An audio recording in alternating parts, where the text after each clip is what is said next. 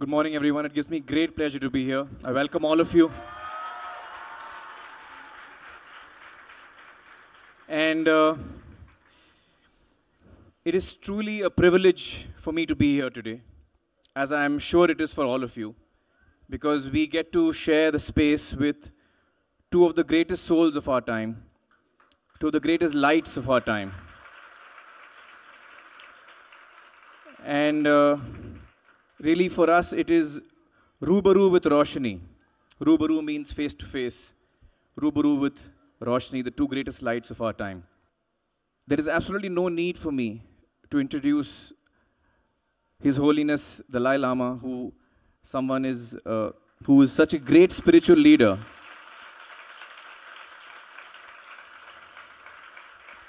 He is someone who's always lived by love, by peace, by happiness. And through all the struggles and troubles of his life, he has remained steady and has been such an inspiration for all of us. Friends, like His Holiness, I think Dada needs no introduction. And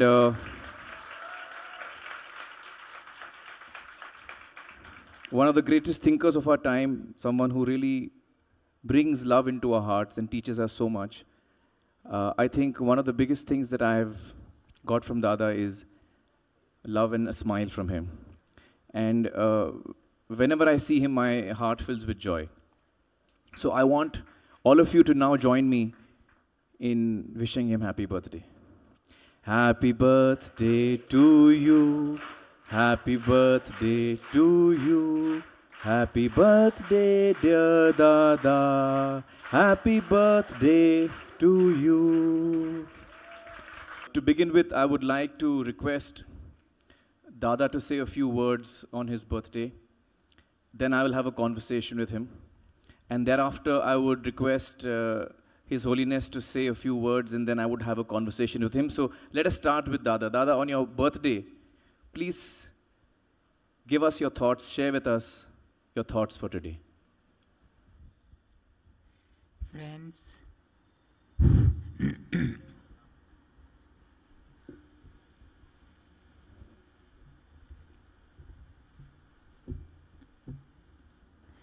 friends and fellow devotees of the Lord,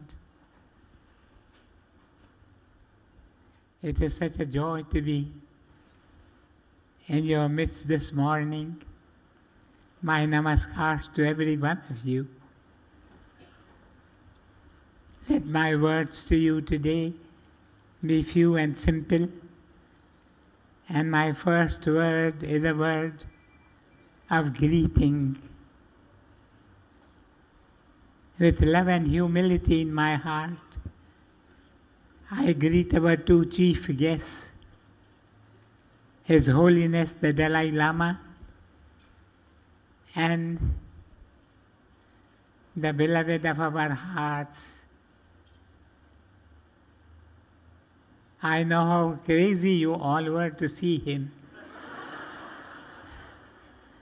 Our beloved Sri Amir Khan. They both have found time. They have very busy schedules. I wonder how they have been able to find time to come to our poor abode and give us the blessings of their brave, beautiful hearts. His Holiness the Dalai Lama is an outstanding figure. There is none like him in the whole world.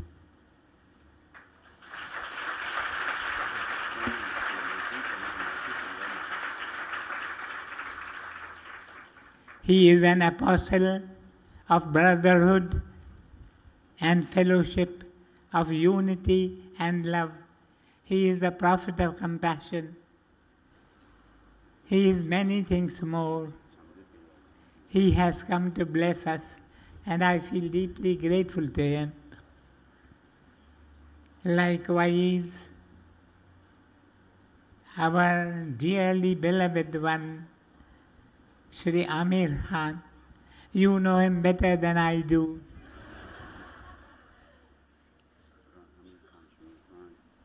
He is a magician. He can transform this hall into a theater.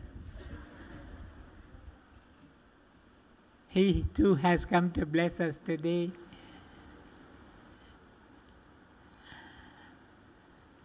They say it is my birthday today. May I tell you, every morning that I get up, I feel it is my birthday.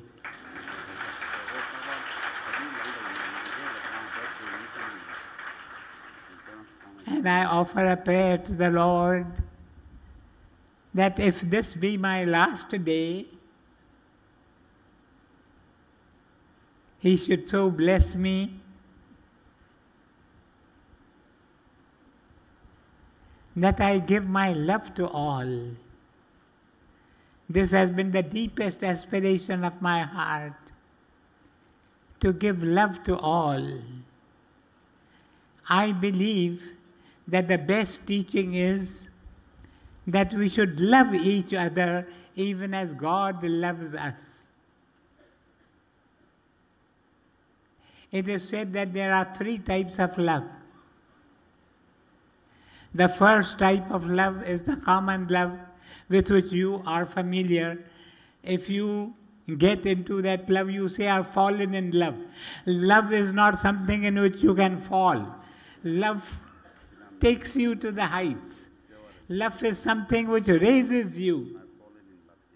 This type of love is known as eros. It is the first type of love. If you get into this love, you forget everything. You can't eat anything, you can't sleep, you can't do any work. This love makes you passionate. It sometimes gets reduced to lust. This is the lowest type of love. Then it is known as eros. There is the second type of love which is known as philos. The first type of love, the important word is if. If you do this for me, if you give me this, I will continue to love you. Not otherwise. It is conditional love. But the second type of love is philos. This second type of love, the important word is because. Because you love me, I love you. This is also conditional love. This is not true love. Misunderstandings happen and this love is broken into bits.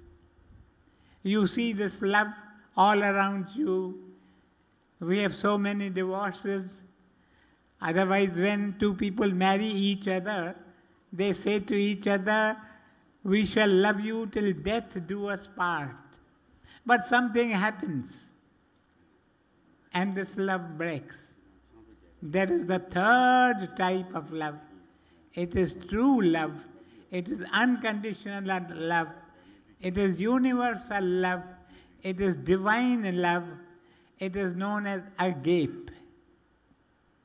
The important word of this love is in spite. The first was if, the second was because, the third is in spite. In spite of whatever you may do, I will continue to love you.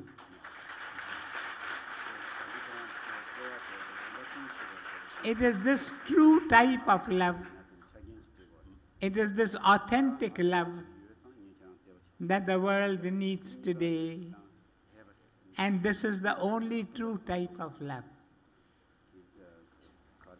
I will not speak more because we all have come to listen to His Holiness. The Buddhists have 4 types of love. The first, I think, is mudita, the second is karuna, and so on. But this is the one type of love that is true love. It is known as agape, agape love. I I had packets of agate love. I would distribute them amongst you today and elevate you to those holy heights which every soul wishes to reach. Thank you.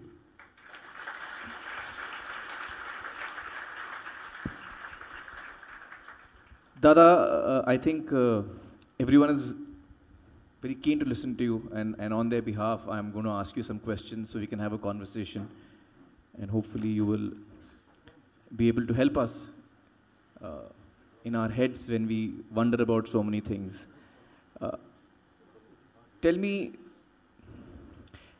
in these 95 years of yours, what has been your biggest learning? What has been your biggest learning that you can share with us today?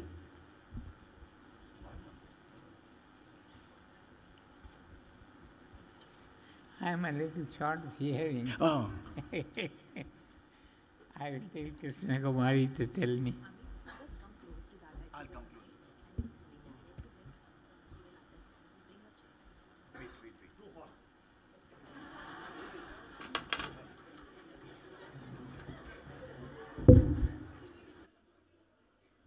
The heat of love comes from you. Amir, face him and look at him. He will face you and speak to you, and little slowly, Amir. Now it's okay? That on the mic. Is the mic on? Is Dada's mic on? Yes.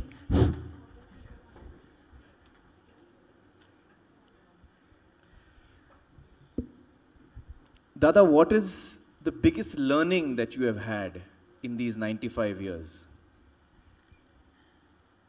What can you share with us which has been your biggest learning? There is only one thing that I have, and that is love. And that, I think, is the highest thing that a person can have. My master was very kind to me. He was merciful. He said, ask what you will, I will give you.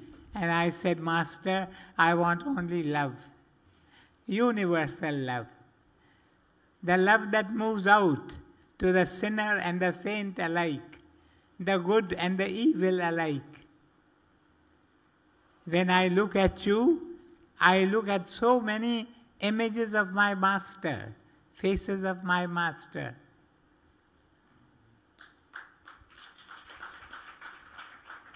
Dada, you said something very important in your answer. So many people come to meet you. I'm one of them. And all of us come with different intentions in our heart. We come with different feelings in our heart. Some of us may come with a clean heart. Some of us may not come with such a clean heart. How do you distinguish between us, or do you not distinguish? I don't distinguish. To me, you all are images of my master. Therefore, you must have seen I bow down to you before you even attempt to do so. Because I see in you images of my master. Dada, tell me, you have had such a brilliant academic career. What is it that has kept you away from materialism and moved you towards spiritualism? Materialism, I had my own dreams while I was in the college, because I had passed the matriculation examination at the age of 13. I had 4 double promotions, and so I had my own dreams. It was normal for a student to matriculate at the age of 17. I did it at 13.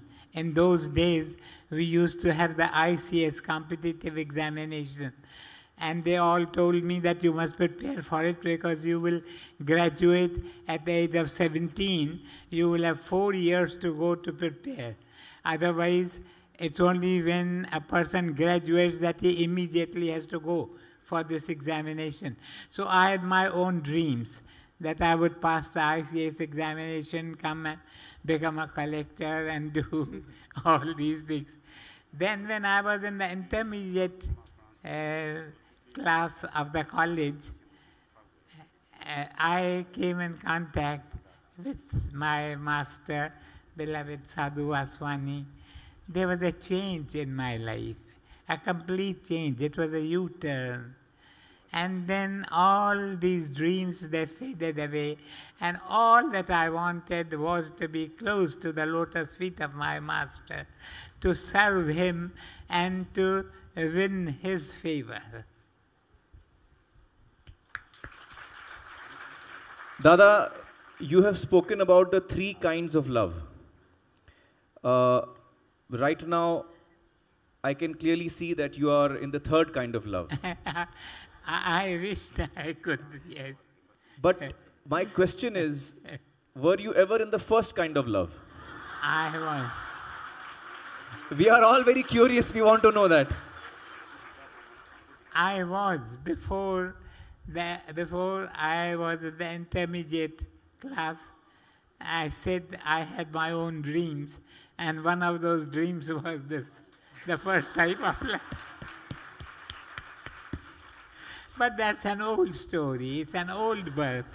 It is an old birth. Yes, yes. Which yes. I want to know all about, but not in front of them. Separately, you should tell me. I don't mind. I don't mind telling them. Because that was not I. That was somebody else. That's a good one. I'm going to learn that, yeah? I'm going to learn that. That wasn't me. That was somebody else. Dada, you can see I'm using a gadget. I beg your pardon? You can see that I'm using a gadget now. You know, this is called an iPad. I see. And today our lives are surrounded with gadgets. For everything we have a gadget. What is your opinion on these gadgets and how do you? I live a very simple life. I don't know how to work on the computer. I don't know what is the difference between iPad and UPad.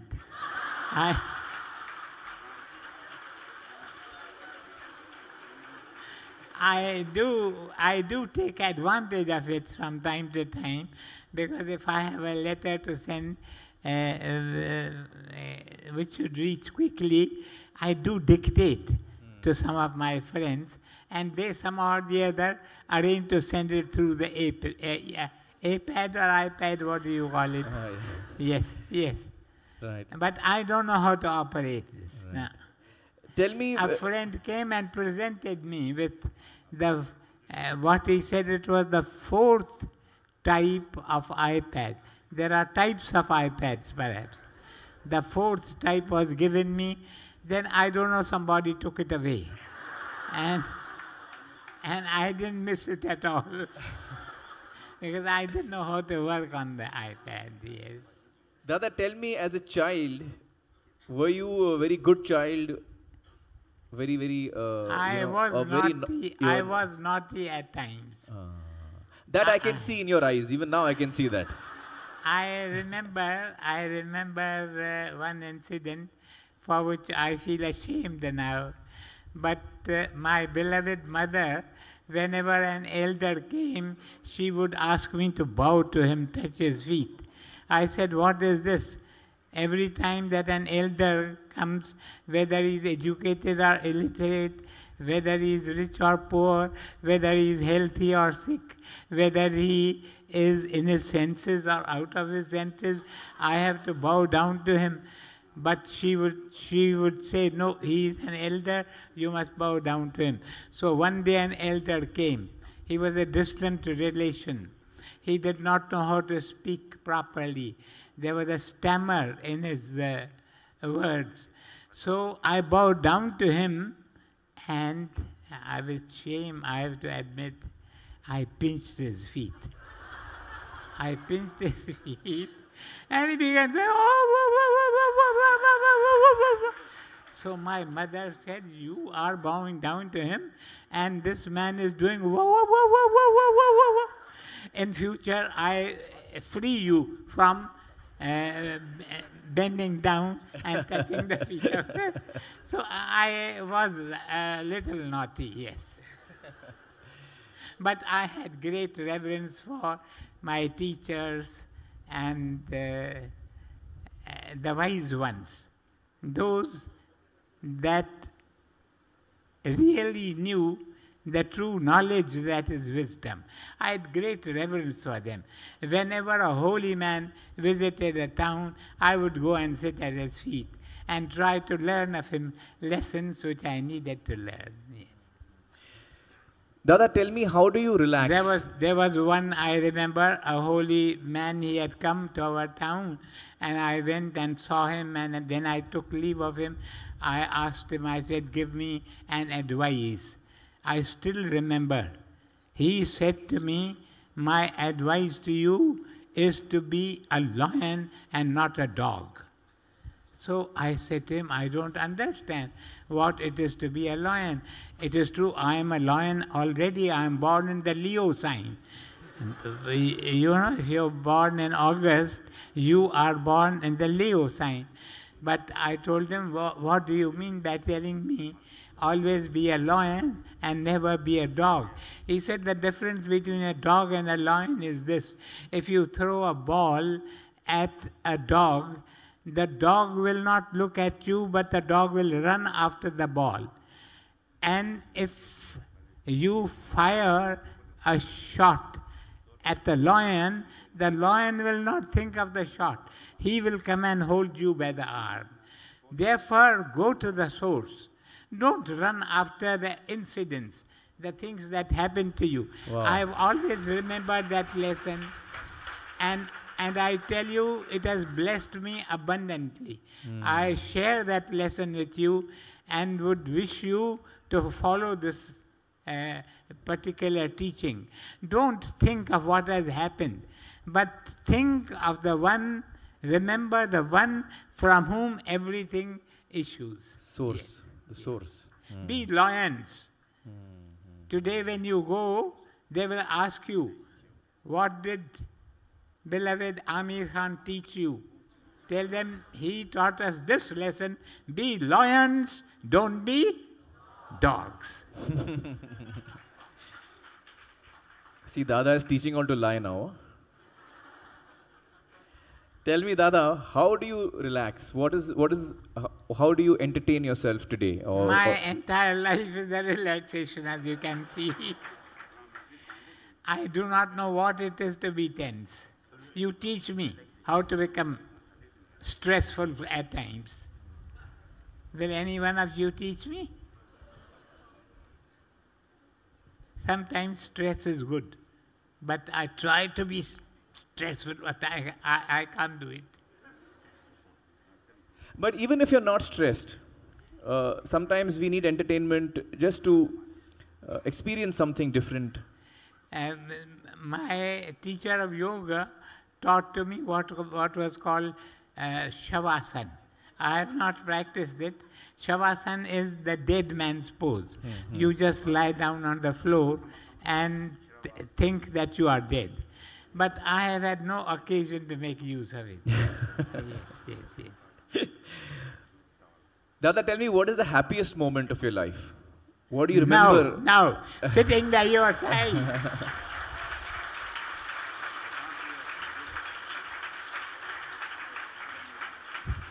Sitting in the midst of two great ones, sitting on the right side with His Holiness, and sitting on the left side with His magicians. And sitting in front of all these beautiful people. Tell me, Dada, what is your favorite book? Because I love reading. So what is? What is your favorite book? I love reading, and is there any book that you would recommend to me to read?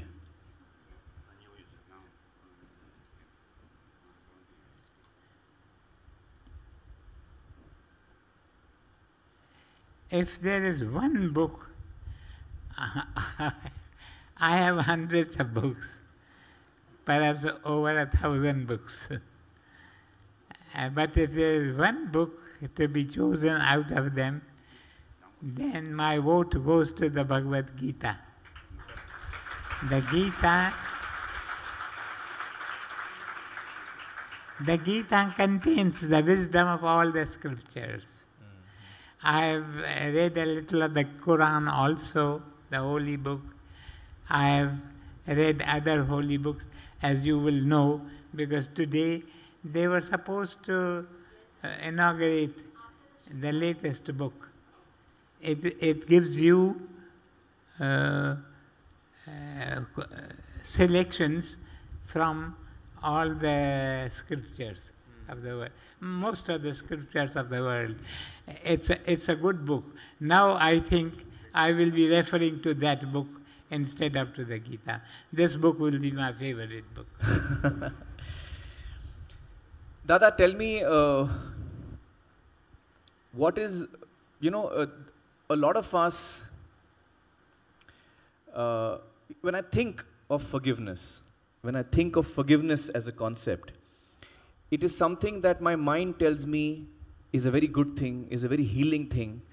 It is probably one of the most powerful emotions. Forgiveness is one of the most powerful emotions, and last time we spoke of it also. But I sometimes feel that while my mind tells me that I should be forgiving, sometimes in practice I find it difficult to forgive someone who has hurt me very badly. How am I able to overcome my emotions? How can I bring in forgiveness more easily to myself?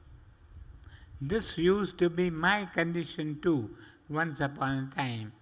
Then I explained to myself, I said, what is happening to me today is something which I had done in the near or remote past. It is only coming back to me, so that accounts are settled. What is happening to me is something that I had done. Now, the action was there. The action is to be balanced by a reaction, and it will be balanced only when the same thing happens to me and I take it in the right spirit. So now forgiveness, I don't think of forgiving at all. It has become something which is very natural. I know it is balancing. It is, accounts are being settled, and I feel very happy. Supposing I lose something. Somebody has taken it away. All right. I try to search for it. I don't get it. Then I say to myself, perhaps I had taken somebody's that something in the near or remote past. Now that somebody has come and taken away mine, accounts are settled. I feel very happy. I actually begin to dance. So forgiveness, you don't have to do it. Forgiveness is a part of your life. Yes. Every step that I take, I should take closer to forgiveness. And I tell my friends, I tell them before you retire at night, actually think of all the people who have not behaved properly towards you, all the people who have cheated you, all the people who have deceived you, all the people who have spoken against you, all the people who have spread scandals against you. Call them out by name. Mr. So-and-so, I forgive you. Miss So-and-so, I forgive you. Mrs. So-and-so, I forgive you. Do it out of the very depths of your heart, and you will have a wonderful sleep at night and many dreams in which perhaps I visit them. Yes. Dada, in the coming months, the next 6 to 8 months, India is one of the biggest democracies. India is one of the biggest democracies. Yeah. And in the next 6 to 8 months, we are about to face one of our national elections, which comes every 5 years. Yeah. What is the advice that you can give every citizen of the country? What is their primary responsibility as citizens of a community, perhaps the biggest community, which is the biggest democracy in the world? What is your advice to them?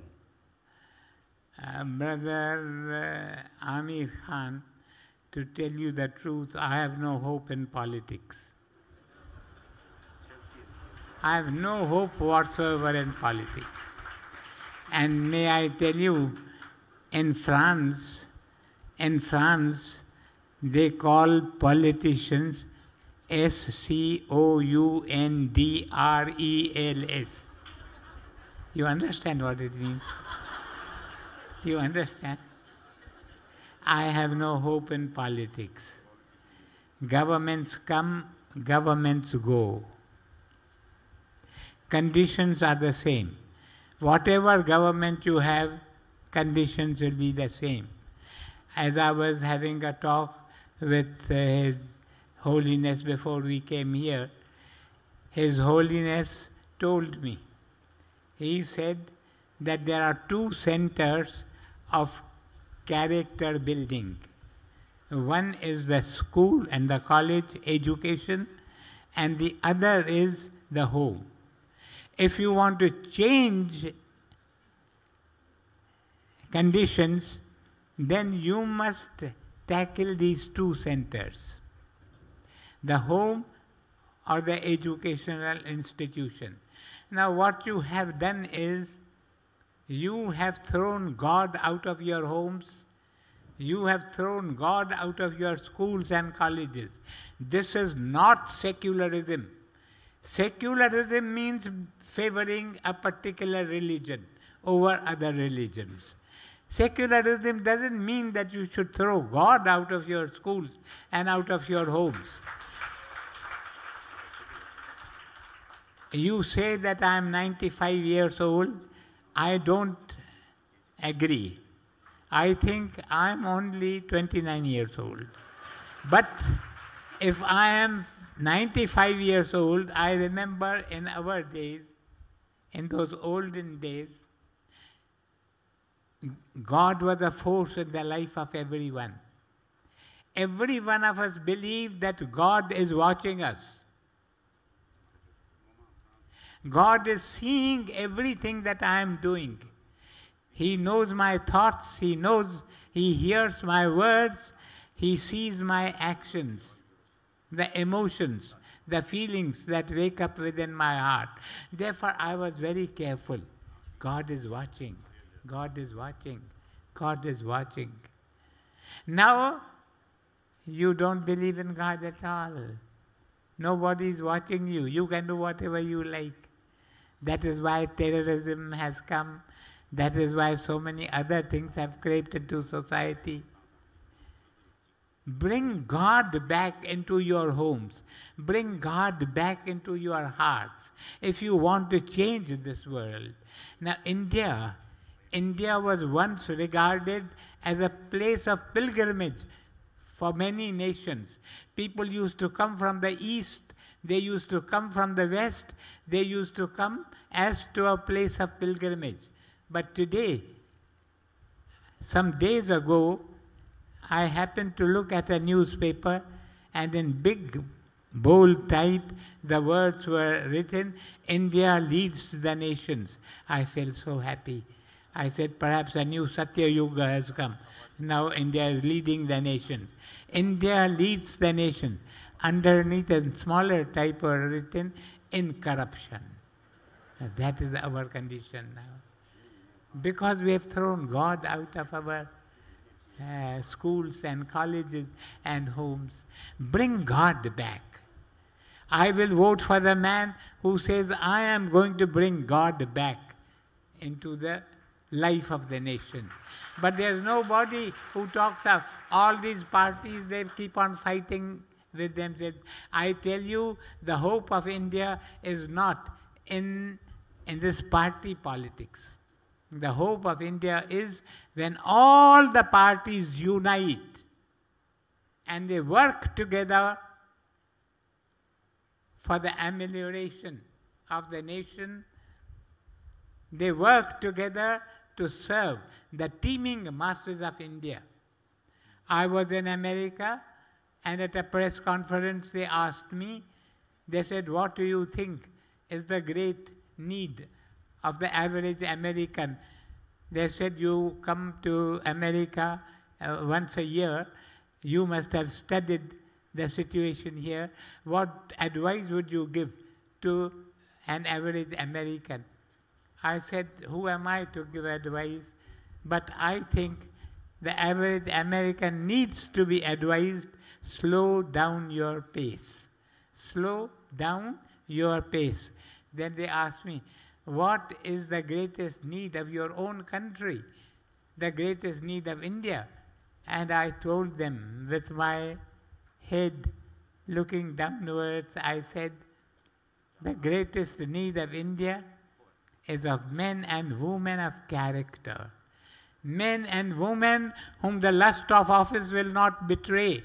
Men and women whom the gains of office will not lead astray. Men and women who will not scramble for power or position, but who will use all their power in a spirit of humility in the service of India's teeming millions. This is our greatest need today. Just think of a parliament, just think of a Lok Sabha. Lok Sabha is a place where laws are made, where it is a place for legislators. And they tell me that 1/3 of the Lok Sabha consists of criminals.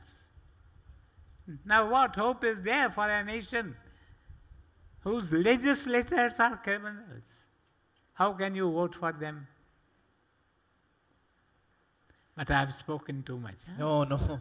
I think, Dada, you have given us a very important message to the people of India who will be facing these elections in some time, that they should choose leaders who have love in their hearts, who want the good of the people in their hearts, and who want... And who love God. God must be brought back. You have thrown God out of your life. Tell me, Dada, today we see in most of our politicians, they want to divide us on either caste or religion or language, etc., etc. They only want to divide us. They constantly want to divide us.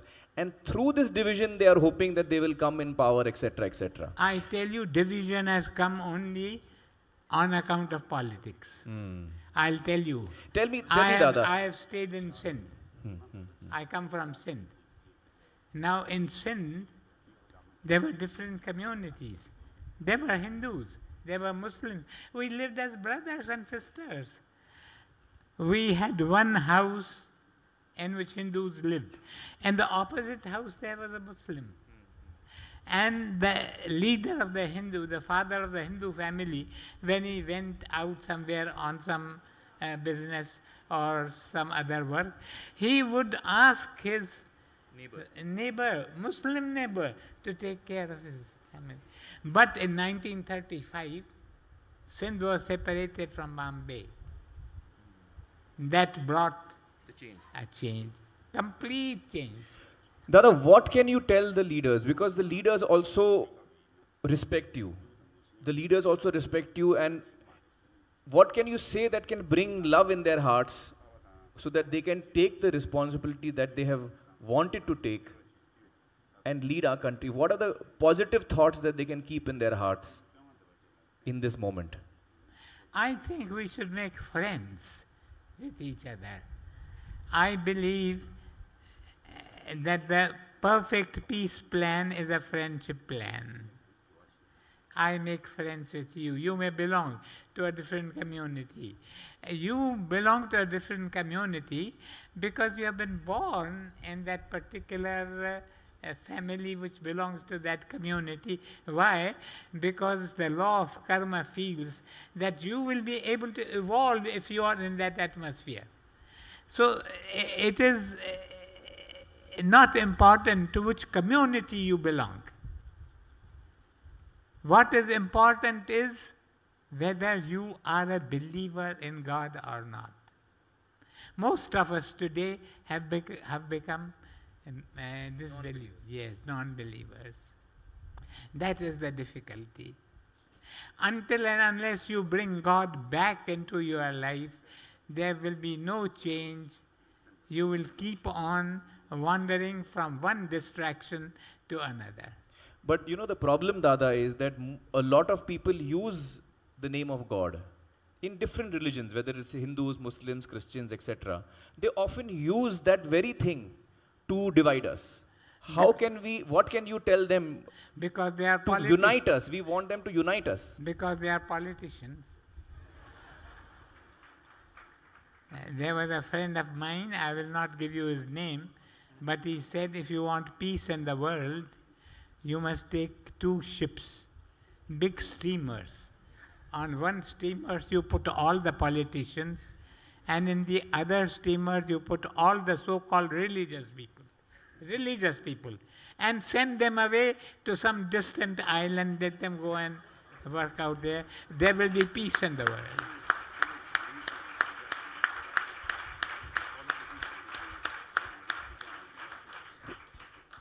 Dada, tell me, Apologies to politicians and to religious leaders.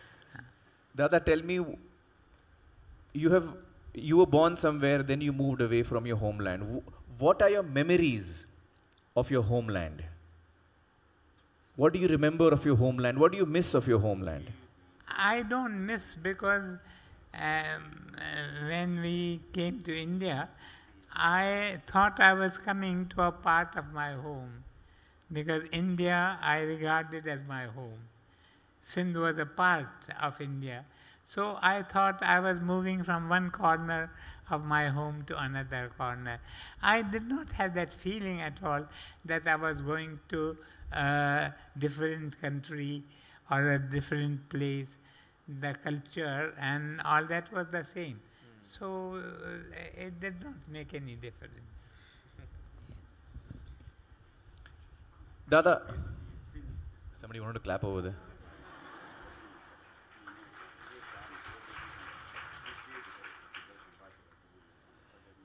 Dada, tell me,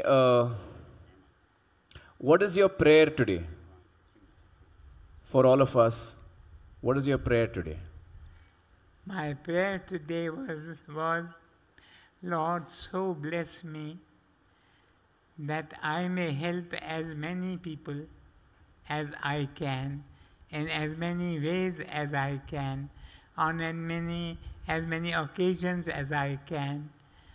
But if I cannot help someone, I must not harm anyone.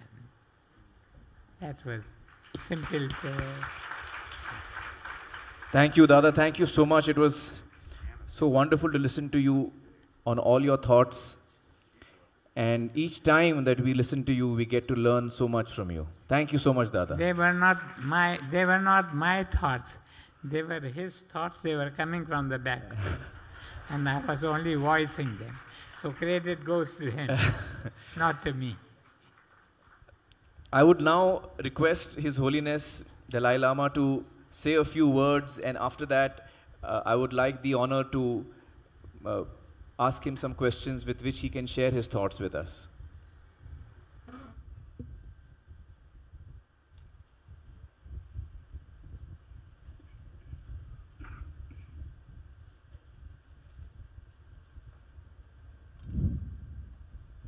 Yes. Okay.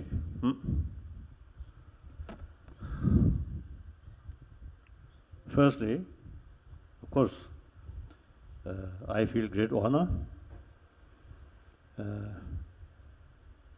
to participate your 95th happy birthday celebration. Since many occasions, I think many years, we know each other. Of course, this time your feet a little bit so difficult. Otherwise, it's the same. Particularly your eye, always very fresh. Something. So, I'm very happy. That perhaps I think this time I think about 3 weeks. Firstly, Karnataka state, then here. So when I reached Bangalore, the first day, my program, visit, I can't remember, you see, these the different names. You see, the one spiritual sort of organization. Of course, that hat also I know since some time back. So I visited, they invited me. So I very much impressed that spiritual organization really, you see, taking care about thousands of children, school children. So they provide meal freely. And also I very much impressed. You see, they develop some kind of modern technology, you see, to cook a large portion of sort of meal, food, rice and some other vegetables. So I told there, the spiritual organization not only pray to God or some puja, but very actively serving humanity, and particularly these children. It's really wonderful. Now my last program here, another spiritual organization, totally dedicated about education and serving others.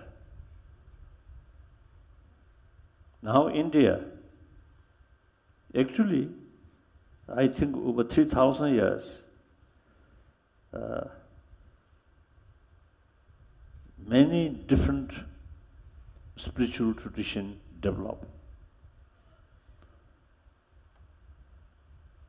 These are homegrown different religious traditions. Then eventually, Zoroastrian from Persia came. Also Judaism. In Kuchini area, some sort of Jews. I think, of course, many parts of India is a Jew community there, but I remember one time in Kuchini area, some Jews. And then the Parsi mainly concentrated in Bombay. And of course, Christianity come and very well settled. And Islam came, very well settled. And then later, another homegrown religion, that is Sikhism, very much in the spirit of non-sectarian. I understand Guru Nanak actually took pilgrimage to Mecca. So, now today, I think last several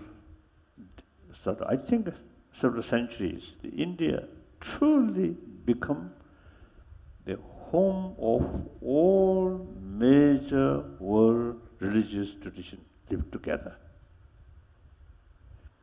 I always is telling people when I have opportunity to talk, I always pointed India is the example. Different religious tradition can live harmoniously. Not only some economic or political reasons, 1,000 years, that kind of practice is there. So since over billion populated nation, different religious tradition can live together harmoniously. So therefore, the rest of the world, where sometimes additional conflict in the name of religion is unnecessary for individual religious sort of tradition, for survival for that. The other religion, no threat. if you remain with spirit of oneness of spirituality. India, really, I think, I always telling India as an example of the concept of ahimsa, 1,000 years. With that, the tradition, harmony among the religious tradition. Of course, as you mentioned, occasionally some politicians and also some, I think, Nehru-minded sort of religious people also sometimes create some problem pockets here and there. But overall, India is really wonderful. So now, meantime, I usually sort of expressing, as a result of last 54 years, I remain in this country. So I myself consider as a son of India. There's a reason,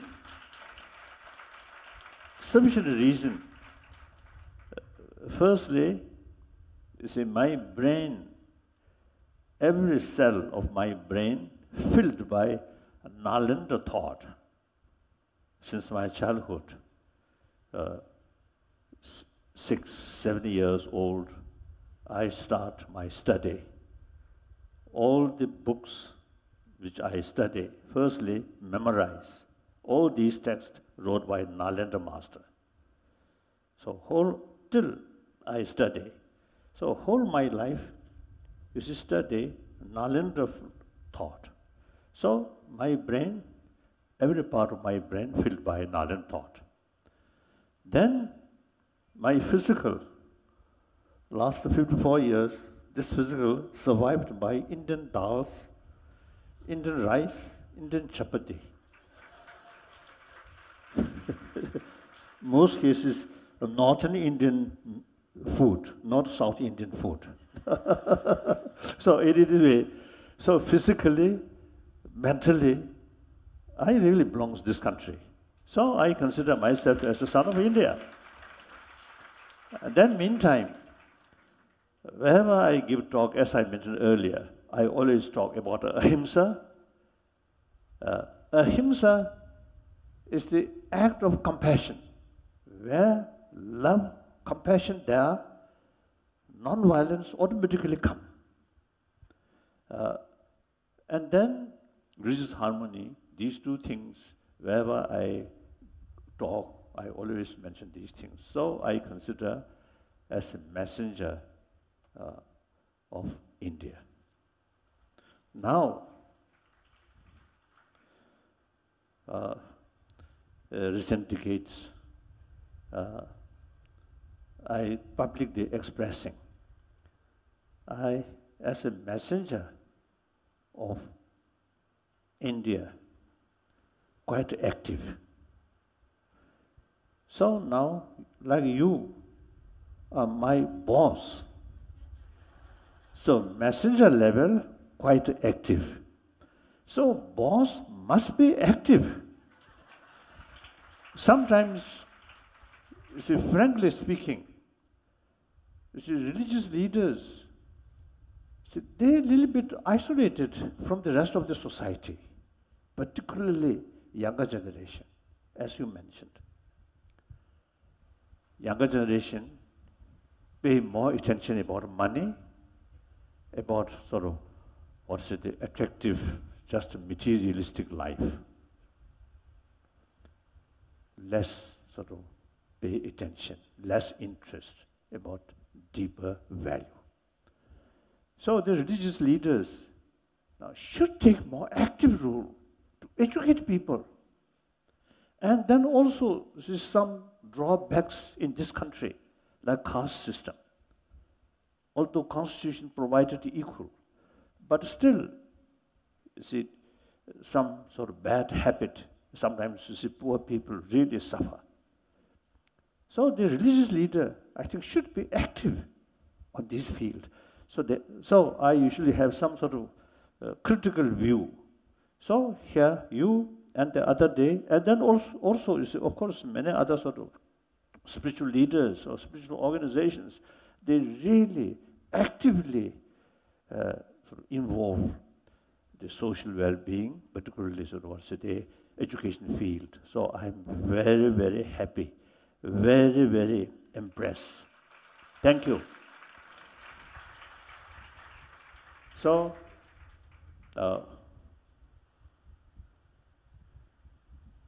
any spiritual organization sometimes you see heavily depend on one single guru, a single person. I think of course, initiative must come from one single person. But then these sort of activities or responsibility must carry by the group of people, or the people themselves. So that I think, so those, the Guruji's follower, you already sort of carrying his sort of wish, his spirit. That's very, very important. So, that's all. Some question now. Thank you. Will you come and sit here? No, I'll sit here only. I'll sit here. Your Holiness, tell me, what is happiness for you and how does one achieve it? What? Happiness. Happiness. What does happiness mean to you and how can we achieve it? Happiness, I think, in the real sense, is deep satisfaction. Not necessarily sort of experience, pleasure experience, or joyful experiences, but rather deep satisfaction. So then, I always was telling people,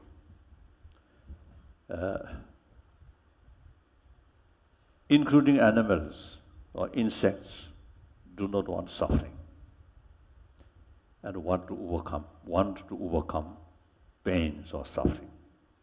And every sentient being have every right to overcome suffering, problem. Every sentient being have every right to achieve happy life. Then we human being, now today population, 7 billion population. All 7 billion human beings, same human being, physically, mentally, emotionally. And also, you see, 7 billion human beings everyone have equal right to achieve happy life. Sometimes I explain, the very purpose of our life is for happiness. Reason our life depends on hope. Once one individual really lost hope, then that very mental attitude shortened their life. So hope means something good. So our life depends on hope. Hope means something good. So therefore, we have very purpose of our life, I feel happiness, satisfaction. Now there are two levels, sensorial level and deeper mental level. Sensorial level, same with other animals, dogs, cats, birds, same. But mental level, because of this marvelous human intelligence, now there is differences. The intelligence is actually source of both satisfaction, joyfulness, or calmness of mind, peaceful mind, or disturbed mind, destructive emotion, or unhappiness. Intelligence, just intelligence, sometimes you see create more sort of, for example, more sort of ambition, more ambition, more sort of what's the unrealistic sort of desire. Because of that, a lot of worry, a lot of stress, sometimes even suicide. Less intelligence, without immediate threat, they remain happy. So therefore, because of this great brain, marvelous brain, our intelligence, so sometimes we human being, physically very comfortable, all the facility there, but mentally very unhappy. Some of my friend, I think a billionaire, very rich, but mentally very unhappy, deep inside, lonely, helpless, too much stress. So that now scientists also now begin to realize mental attitude is the key factor for happy life, healthy body. So therefore, now we must pay now modern sort of way of life. I think too much oriented about material value. And I just mentioned before we coming here, the very existence of modern education, very much oriented about material value. So that's why there are people, very educated people, but unhappy, sometimes troublemaker. Most of the troublemaker, I think as far as their education is concerned, I think very educated people. I think sometimes less education may be more honest. Yeah. Very smart here. Everything calculate. What I get benefit from here, from there. Then that very intelligent sort of mind sometimes create more suspicion, more distrust. And then that brings frustration, that brings anger, like that. So therefore, now every human being, say on this, 7 billion human being, I think now time come. Think more seriously. The ultimate source of happiness, meaningful life, is not just education, but here warm-heartedness. We already cultivated by our mother, as you mentioned. Already sorrow, I mean, we experienced from our mother. My own mother, villager, no education, illiteracy, just a farmer, but very, very kind mother. So I think, time No time to stop. So, see, my mother is a very, very kind lady. Not only much love towards her own children, but also other people, particularly sometimes some beggars coming from neighbors. Sometimes she cry. Very kind-hearted. So, amount of compassion, love I have. Firstly, I received from my mother. I think I always telling people when I give talk. I think here, for example, every people outwardly very smart. But in deep insight, I think those individuals who received maximum affection from one's own mother at a young age, I think in deep insight, more self-confidence. As a result, less fear and more happier. Yeah. Those individuals, outwardly very successful, but in deep insight, those people who at the young age less care from, less affection from parent, particularly from mother. Sometimes, you see, without a mother. And then, worst case, sometimes abuse. Then, such people, deep insight, always fear, sense of insecurity. So therefore, the affection from our mother, or love provided our mother, is the key factor. This one thing that the Guruji already mentioned that. Then I just mentioned before we coming here, the important, when we gradually grown up,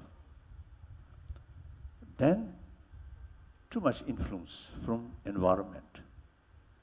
Environment, now for example, the Pune city, a lot of advertising, only jewel or some sort of cosmetics or some dress like that. No advertising about warm-heartedness. I think it may be difficult to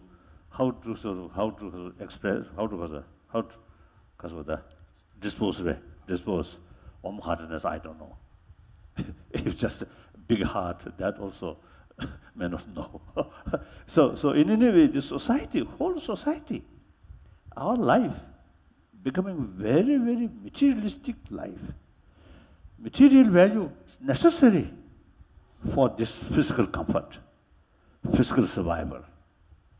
When we look, poverty, even within India, oh, those people who really struggle their day-to-day life, they are because of the simple meal. And then, frustration always there. And easily develop violence. So, we must overcome poverty.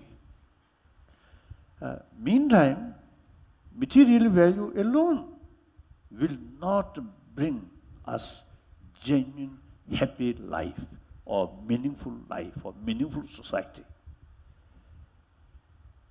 Logically, matter cannot give us mental peace.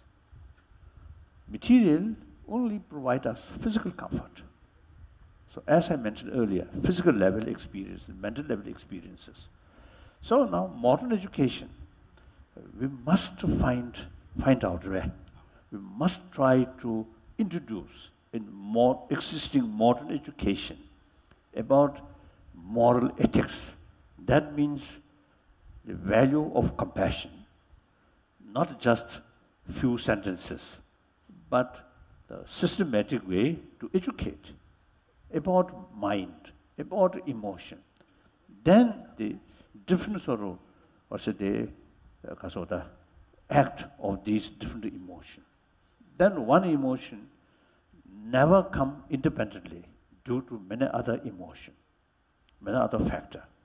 So we must have fuller knowledge about map of mind, map of emotion. Then we can educate people.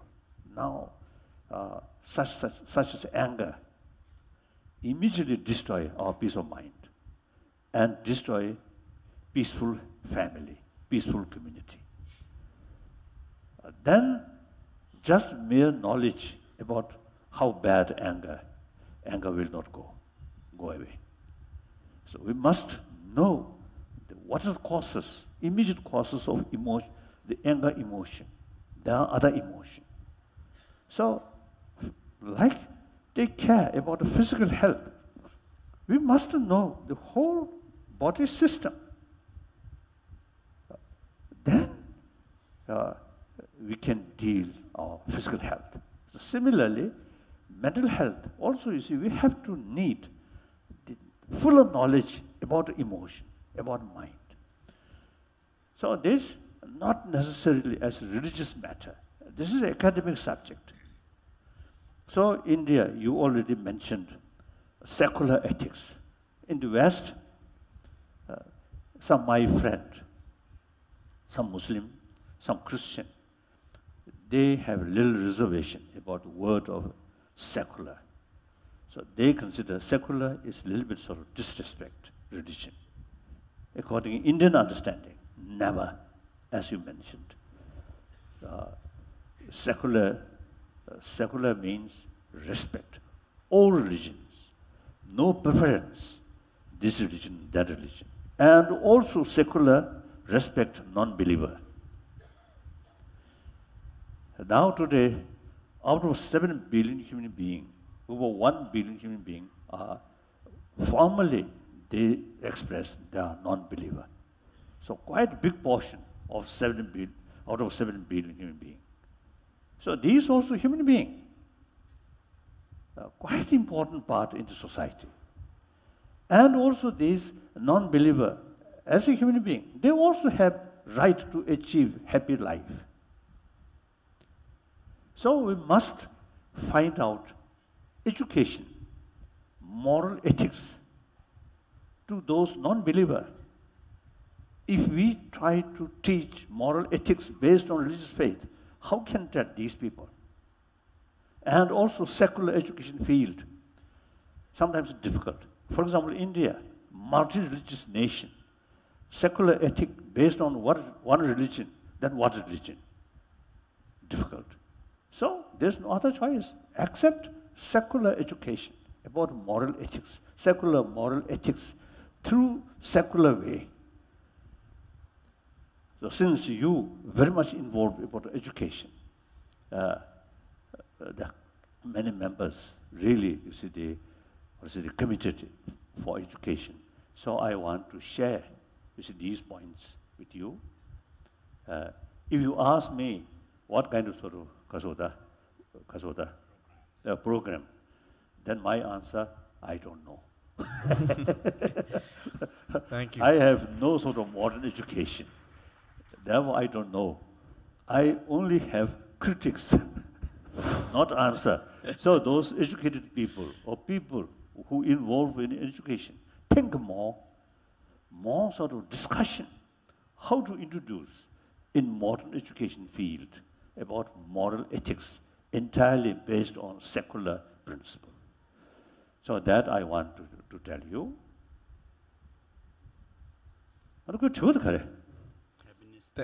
So happiness, more sort of satisfaction, deeper satisfaction. Now here, relax.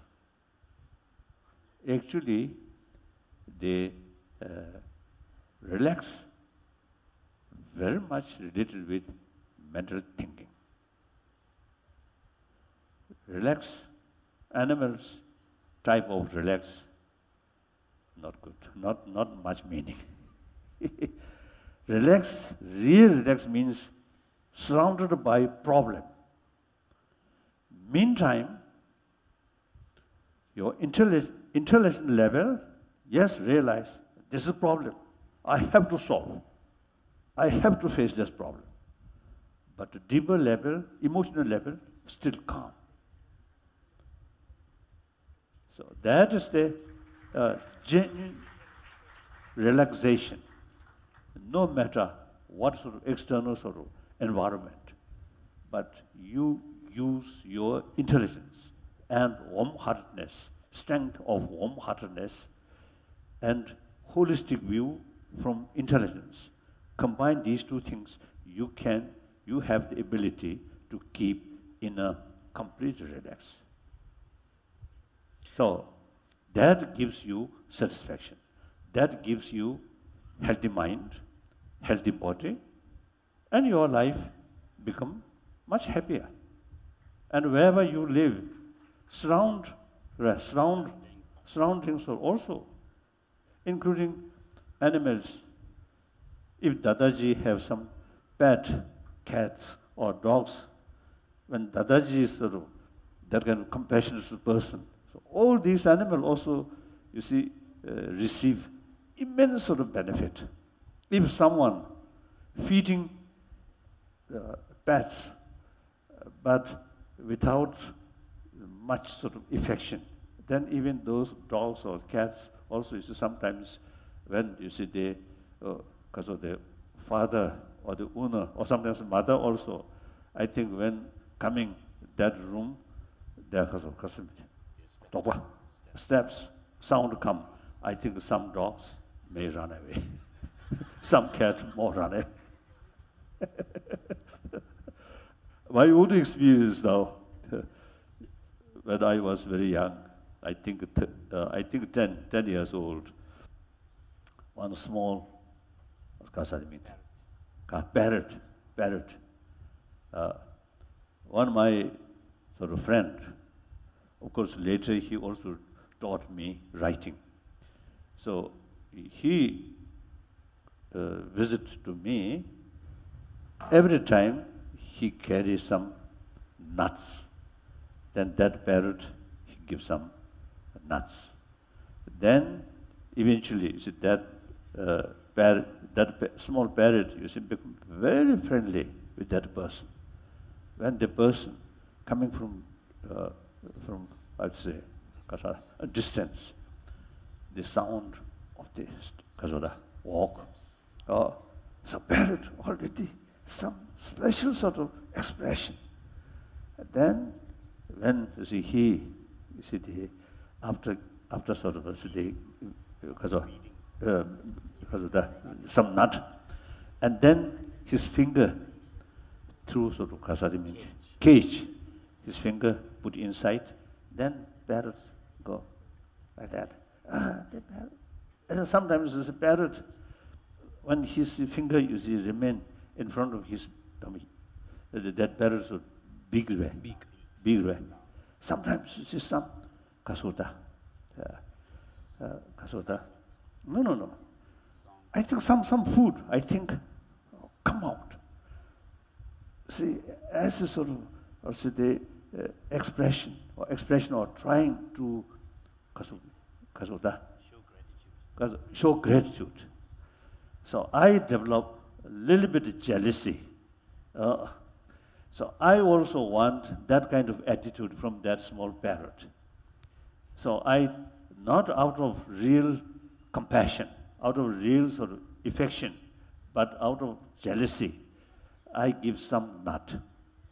The parrot clearly realized my motivation is not that sincere. So that parrot, she took nut, never show friendliness towards me. Then after some time, I lost my patience, so I use little strict, some punishment. And since then, never reconcile. So only thing, forgiveness. Yeah. It's the only way. Now, perhaps I may add you something, compassion. There are two levels. One, compassion, mainly, as I briefly mentioned, biological factor. That compassion is actually biased because it much is oriented about others' attitude. So someone nice towards you, we can develop compassion or sense of concern. As soon as their attitude change, then no longer that kind of sense of affection. So that is biased and also much mixed with attachment. Every emotion, too much attachment, it always becomes biased. Now that, as the biological factors sort of affection, take as a seed.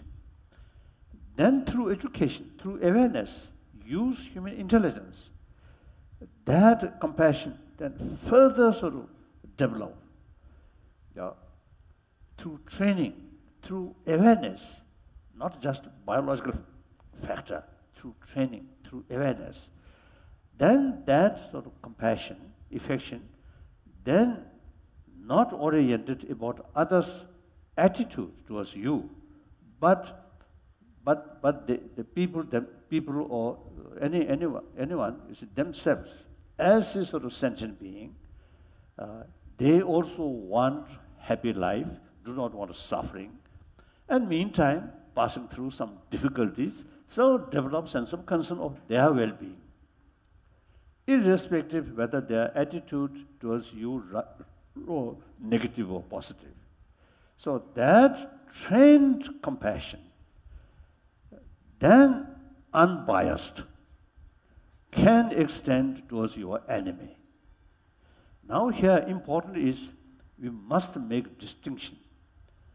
Action or attitude and the person. As far as the person is concerned, we must keep genuine sense of concern or sense of love. As far as their attitude is concerned, we have to look.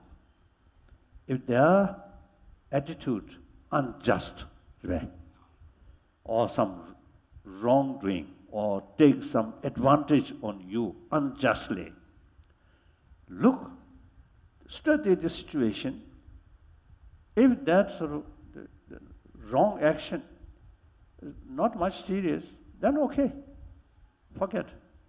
If that wrong action is something very serious, then out of sense of concern of their well-being, you have to take appropriate countermeasure to stop that action. So here, now make distinction, actor and action. We have to oppose. Action is concerned. Actor is concerned as a human brother, sister. We must keep compassion. So the real sense of forgiveness, not let anger, hatred towards that actor. So that is real meaning of forgiveness. Forgiveness does not mean whatever they carry some wrongdoing, you just accept. Not that way. Clear. So our intelligence quite sophisticated. So we must make distinction, difference of reality, different circumstances. I think His Holiness has touched upon a number of things which is very, very important. I think what we can learn from this is, one, how important happiness is to all of us, love and affection is to all of us, and happiness comes from love and affection, and how it is very important for us to inculcate good morals and values in our education system starting from childhood. These are some very important things that His Holiness has said. In fact, about happiness, a very simple villager once told me that happiness is the only thing that you get when you give it. Now, this was a very big thought for me. How can I be happy? How can you be happy? This simple villager told me, you can be happy if you give happiness. It is the only thing that you get when you give. And I thought it was a very amazing thing that he had told me. I got to learn so much from him. That simple villager happens to be Anna Hazare, by the way. You know, Your Highness, you spoke about love and compassion, and I have a story to share. I completely agree with what you said about love and compassion, and I don't know whether I've told you all the story, but let me say it again. When I was very small, I used to play tennis, and I used to play tournaments in tennis, and I was a very good tennis player, and I used to win all the matches. And my mother, who was very loving to me, when I used to come home after the match, she would always ask me, Did you win? Did you lose? Mostly I would win, so I would say I won. So she would be very happy and she would hug me.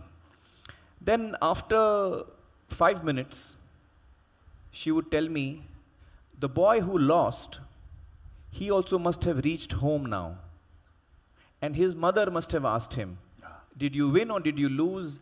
And he would have told his mother, I lost. So right now, his mother must be feeling sad. Now this was a very big lesson for me. My mother, without realizing it, was actually teaching me one of the biggest lessons of compassion is to be able to think for the other person. The child who I played with, who I might have defeated in a game of match, she reminded me that he must have reached home. His mother must be feeling sad now. From that day onwards, I still tried my level best in a match, but when I played the game with the opponent, he was a human being like me. He was not someone other than me. And that was one big lesson that I learned of compassion from my mother. Your Holiness, I have a question for you. You know, sometimes what happens is we give a lot of love to someone who we love. We give a lot of compassion. We give a lot of caring to the person whom we love. But that person doesn't return it. That person doesn't reciprocate it. In such a situation, what can I do? What does one do?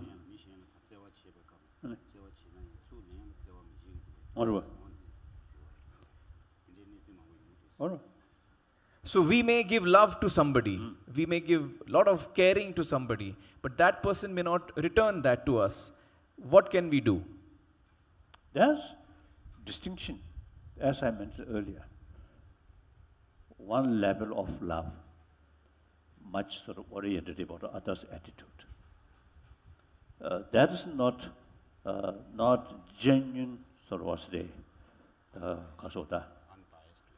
No, not genuine, I think, standard of love or compassion. So genuine sort of what's the standard, the ceremony, standard sort of love, compassion. It's not oriented about others' attitude.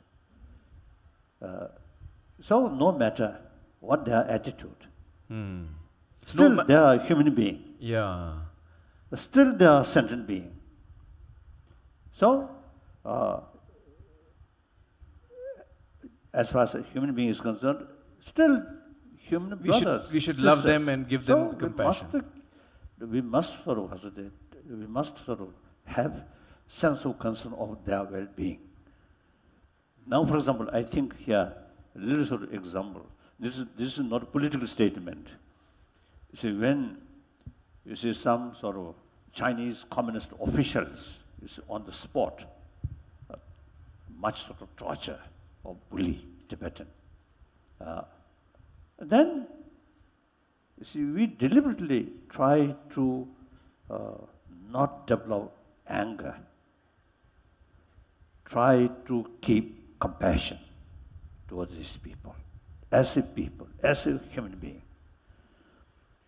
That does not mean we also accept their wrongdoing. We criticize, we respond to these sort of negative, unjust sort of activities or actions. We're opposing that, but without anger. Actually, there is sufficient reason. You see, from the Buddhist viewpoint, of course, we believe, as you also mentioned, you see, the karma. These people, you see, harming other people. So they committed wrong karma, negative karma. So they have to face the negative consequences. So there is sufficient reason to feel concern of their well-being. So out of that motivation, you see, try to make clear that's wrong. Criticize them. Not out of anger, not out of hatred, like that. That we can do. Yeah. That's true. That's very true. May I say a word? Yes. If the other person does not respond, you double your love. Double the love. And if he still does not respond, double it. gamble. Love is limitless. You can give Gamble there's on no your love. limit to You'll the always love win. that You will win, finally. Right. Wonderful. Keep on Dada. doubling. Keep on doubling. I think here maybe, see, the comment from one monk may not be appropriate, but here, see, marriage, love, marriage on the with love. So just attraction about external beauty, not sufficient. Love towards internal beauty. Once you realize internal beauty, that is, you see,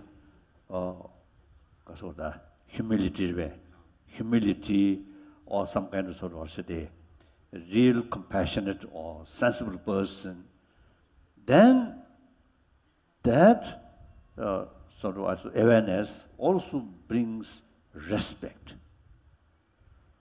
So, marriage with, or say, on the basis of inner beauty, automatically with respect, then after marry, a little quarrel doesn't matter.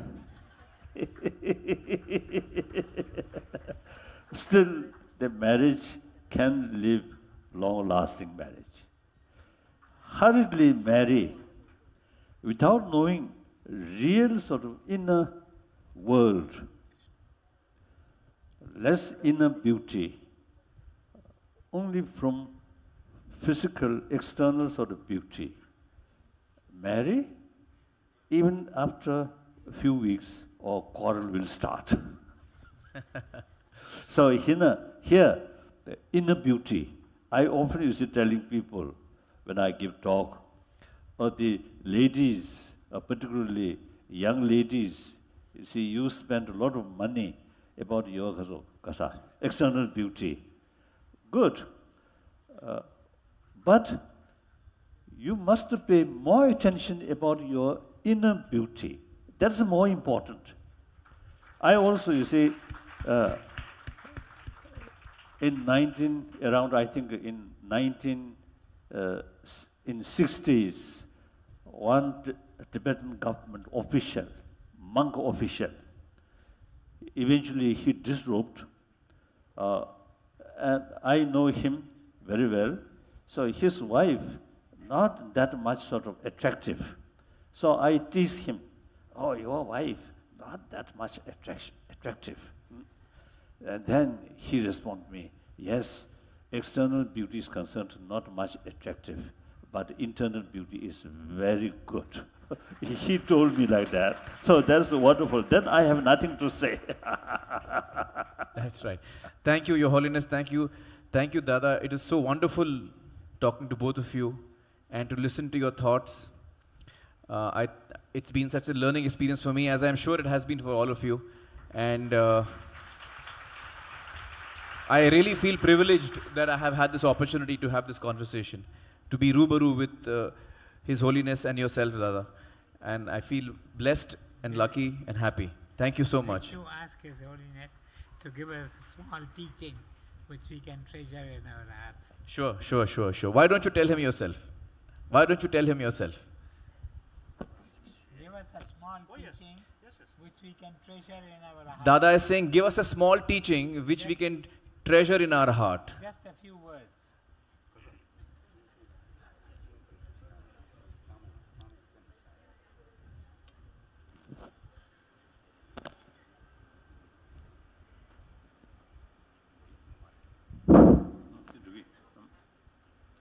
I don't know.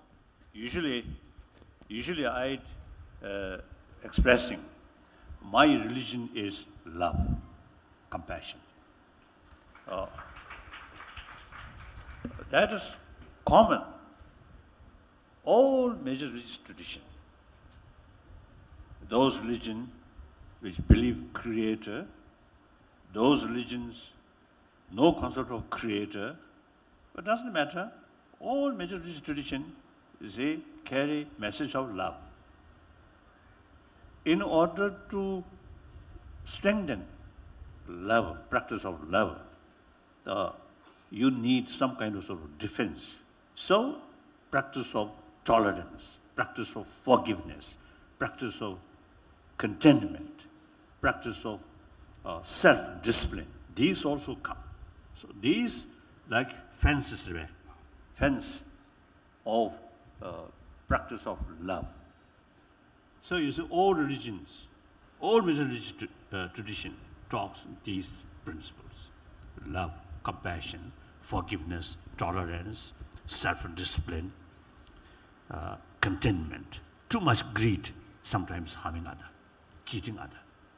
So less greed, that means contentment. So I think essence, and then also you see these different philosophies, the philosophy itself, big contradiction. Even within Buddhist tradition, different school of thought there, big contradictory sort of philosophy. All these contradictory philosophy within Buddhism taught by Buddha. So sometimes I jokingly telling people, contradictory philosophy taught by one single person, the Lord Buddha, Shakyamuni Buddha, not out of his own confusion. One day he taught this philosophy, next day different philosophy. He himself not very sure. No. Nor he deliberately tried to create more confusion among his disciples. No. Then why he taught contradictory philosophy? Among his disciples, there are people who have different mental disposition. So therefore, it is necessary to teach, to show different way of method, different way of philosophy. So then we can easily understand, to some people, the certain sort of philosophical views are much more effective. To some people, another sort of way of approach is much more effective. So all these different philosophies, when we find different philosophical views, then it is important to ask, what is the purpose of that different philosophical views? Purpose is same, to promote love, compassion. So therefore, love, compassion is the universal religion. And then also, as I already mentioned, secular ethics also is very much, very much about affection, sense of concern of others' well-being. Now here, perhaps I may add, I think we really need promotion of sort of clear sort of awareness, oneness of humanity. Today's reality, environment problem, and the population now already 7 billion. Within end of this century, population will be 10 billions. So, and then natural disaster also will increase. Nature's resources also, you see now some, for example, drinking water, these also you see some problem. So we have to now, I think time come, we have to act as a one humanity. You see, too much emphasis, my nation, my continent, their continent, I think that outdated. I always see telling people, when I give talk, firstly, I consider myself as another human being. Now, for example, here, when I give talk, when I sort of discuss with you, if I emphasize, I'm Tibetan, I'm Buddhist, or perhaps if I too much emphasis, I'm His Holiness the Dalai Lama, then that mental attitude itself creates some barrier. What use? When I meet you, I consider myself as one of you, same human being, as I mentioned earlier, emotionally. So, mentally, if you ask scientists, brain specialist, any differences with different religion, with different sort of races, different color, or educated or uneducated, or wealthy or poor, no differences here. We are same. So, wherever I talk, I always consider myself as another human being. That, to me, that gives me inner relaxation.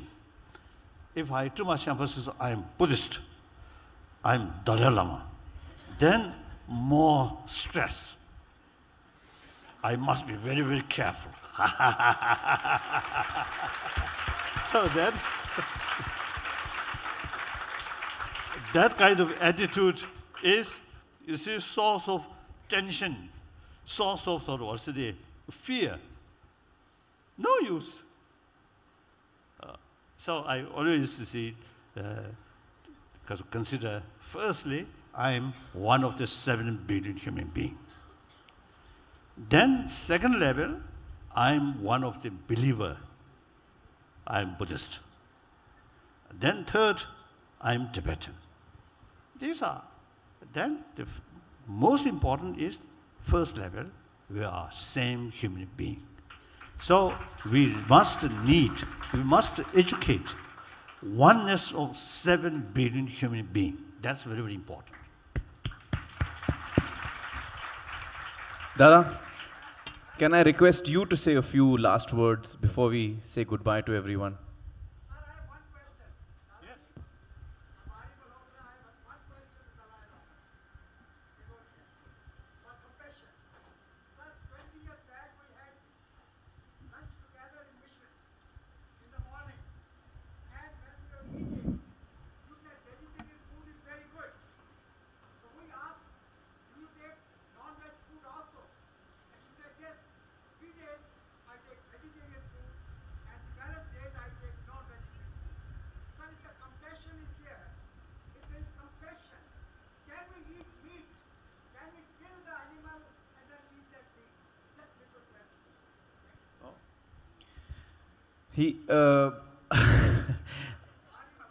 Yes, Mr. Malhotra has a question, saying that For me. for you, For you. Of course. At best, we must practice vegetarian food. Vegetarianism, very essential. So, since my childhood, about I think 13, 14, I think 12, 13 years old, all Tibetan government official festival usually, you see, use a lot of meat. I try to change all government festival food vegetarian. Then after I came to India, 1965, I also tried to become vegetarian. And then next, about 20 months, I remain strict vegetarian. Then you see some physical sort of difficulties, some sort of jaundice problem. Now I'm not going to detail. At that time, you see, the doctor, both Tibetan physician as well as the allopathic physician, you see, both advised me I should return the previous, the diet. Previous diet. Oh, like that. So, however, in all our monastic institutions in India, mainly in Karnataka state, all common kitchen now serve only vegetarian food. And then also, you see, some schools also now, they are common kitchen turned serving vegetarian food. So we are, and then all our settlement, right from the beginning, fishery, piggery, poultry, right from the beginning, we don't accept. Some volunteer, the agencies, they feel poultry is quite economically quite good, but we never accept these things. So we follow strictly, as much as possible, promotion of vegetarianism. So then, India, if may I say so, in the name of development, a lot of poultry,